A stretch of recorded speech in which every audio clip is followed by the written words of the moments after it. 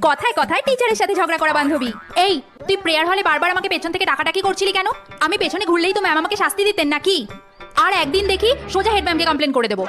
না রে, আমার কাছে কোনো এক্সট্রা পেন। এই, তোমার এত কথা কিসের? দেখছো না আমি পড়াচ্ছি? অসভ্য কোথাকার।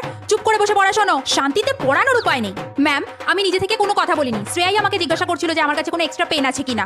আপনি বকার হলে ওকে বকুন, আমায় বকছেন কেন? এই শোনো, তোমাকে তর্ক করতে বলা হয়নি, চুপচাপ বসো। ম্যাম, আমি কোনো দোষ করিনি। দোষ করলো ও, আর বকা খাবো আমি। এরকম চুপ করো না ম্যাম, আপনি ওকেই বকুন।